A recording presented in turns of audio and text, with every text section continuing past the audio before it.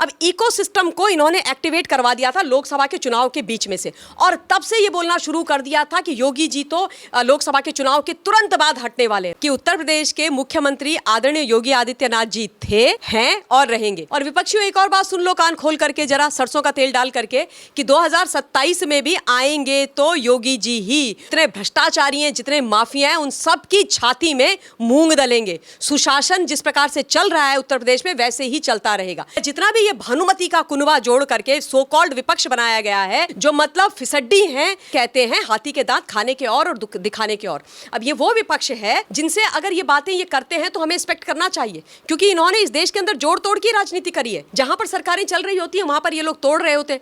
Ma'am, Uttar Pradesh की सरकार और वहां के मुख्यमंत्री योगी आदित्यनाथ को लेकर लगातार जिस तरीके से खबरें चल रही हैं, एक तरफ चर्चा में ये विषय है कि जल्द ही उत्तर प्रदेश के मुख्यमंत्री का चेहरा बदलने वाला है, तो वहीं दूसरी तरफ विपक्ष ये कह रहा है कि सरकार जो है वो मजबूत नहीं है। पहले उत्तर प्रदेश में सरकार गिरेगी और फिर एनडीए की सरकार गिरेगी, और अखिलेश यादव जो है वो ऑफर भी दे रहे हैं कि 100 लाओ और सरकार बनाओ। देखिए शरीन, बहुत बहुत धन्यवाद। बड़े समय के बाद आपके चैनल पर मैं इंटरव्यू दे रही हूँ, तो सबसे पहले एक बात बता देती हूँ, 100 बात की एक बात जिससे सुनकर के पूरे विपक्ष के दिलों में बड़े बड़े सांप लौटेंगे, वो ये कि उत्तर प्रदेश के मुख्यमंत्री आदरणीय योगी आदित्यनाथ जी थे, हैं और रहेंगे। और विपक्षियों एक और बात सुन लो कान खोल करके जरा, सरसों का तेल डाल करके, कि 2027 में भी आएंगे तो योगी जी ही। और योगी जी जब आएंगे 27 में, तो बिल्कुल जैसे अभी वो कर रहे हैं वैसे ही जितने रंगबाज हैं, रंगदार हैं, जितने भ्रष्टाचारी हैं, जितने माफिया हैं, उन सब की छाती में मूंग दलेंगे। सुशासन जिस प्रकार से चल रहा है उत्तर प्रदेश में वैसे ही चलता रहेगा। परेशानी क्या है शरीन, कि अखिलेश यादव हो या जितना भी ये भानुमति का कुनवा जोड़ करके सो कॉल्ड विपक्ष बनाया गया है, जो मतलब फिसड्डी हैं, कहते हैं ना ग्रेस मार्क्स में पास हुए, फिर भी ऐसे लड्डू बांट रहे हैं, ऐसे नाच रहे हैं जैसे पता नहीं इन्होंने मतलब कौन से पहाड़ उखाड़ दिए हैं लोकसभा के चुनाव में। तो ये वो लोग हैं जिनको कभी भी सुशासन पसंद नहीं आया, क्योंकि इन्होंने कभी तो अच्छे काम किए नहीं है। अब समस्या ये हो गई है कि जो उत्तर प्रदेश सपा के समय पर उल्टे प्रदेश के नाम से जाना जाता था, वो आज उत्तम प्रदेश के नाम से जाना जाता है ना। डबल इंजन की सरकार, वहां पर विकास की नदियां बहा रही है।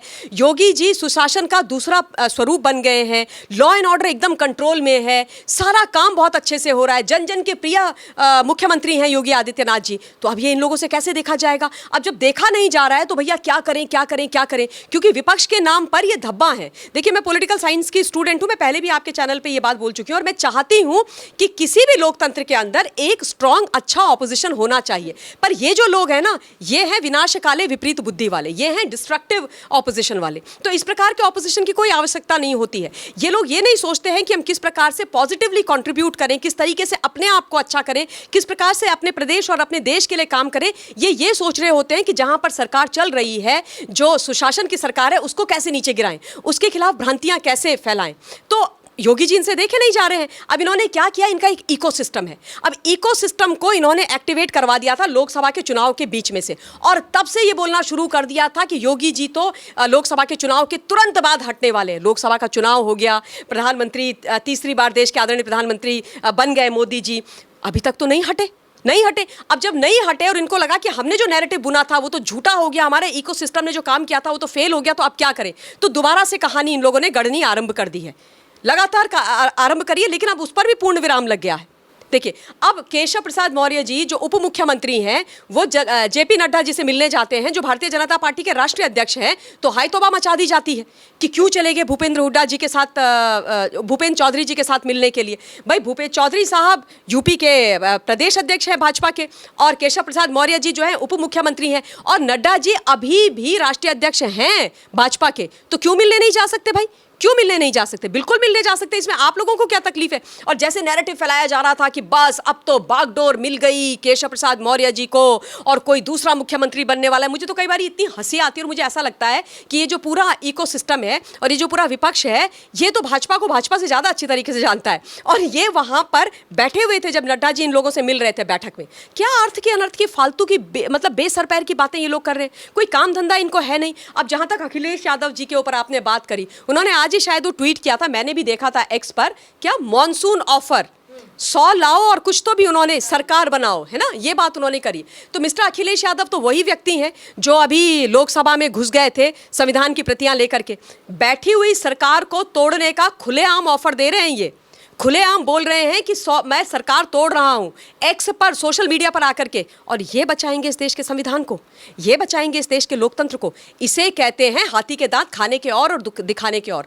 अब ये वो विपक्ष है जिनसे अगर ये बातें ये करते हैं तो हमें रिस्पेक्ट करना चाहिए, क्योंकि इन्होंने इस देश के अंदर जोड़ तोड़ की राजनीति करी है। जहां पर सरकारें चल रही होती हैं वहां पर ये लोग तोड़ रहे होते हैं। बाबा इनसे, योगी जी इनसे सहे नहीं जाते हैं, क्योंकि योगी जी तो इनका जो पूरा माफिया गैंग है उसके ऊपर बुलडोजर चला रहे। बुलडोजर इनको पसंद नहीं आता है। बुलडोजर इनको इसलिए पसंद नहीं आता है क्योंकि वो बुलडोजर जो समाजवादी पार्टी के समय पर माफियाओं का हाथ का खिलौना होता था और देश की जो, प्रदेश की जो जनता थी उसके ऊपर चल रहा होता था, अब उसका रोल रिवर्स करवा दिया ना योगी जी ने। योगी जी ने अब उसको सरकार का, सुशासन का बुलडोजर बना करके जो माफिया हैं इन लोगों के, उनके ऊपर चलाना आरंभ कर दिया है। तो ये सारी चीज़ें हैं। अब जिस प्रकार की बातें अखिलेश यादव कर रहे हैं कि ये चल रहा है, वो चल रहा है अंदर, और ऑफ़र ले लो। ऑफ़र तो इन्होंने, मुझे अभी तक याद है जब स्वर्गीय इनके पिताजी मुलायम सिंह यादव जी जिंदा थे, वो बेचारे मंच पर थे, भाषण दे रहे थे, तो पुत्र ने, अखिलेश ने अपने पिता के हाथ से माइक छीना और भाषण देना शुरू कर दिया।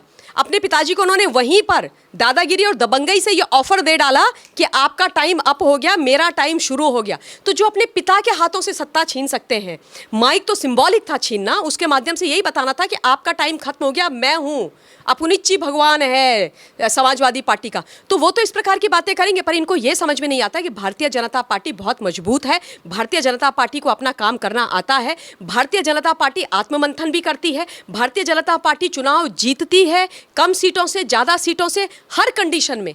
अपने अंदर जो उनके इंटरनल सर्वे होते हैं वो भी करती है, बैठकें करती है, आत्ममंथन करती है, और उसी आत्ममंथन के चलते लगातार मिल रहे हैं जेपी नड्डा जी, चाहे वो मिस्टर केशव प्रसाद मौर्य से मिलना हो, चाहे किसी और से मिलना हो। एक चीज़ और बता देती हूँ, कल लखनऊ में मुख्यमंत्री योगी जी के घर में एक बैठक थी, है ना।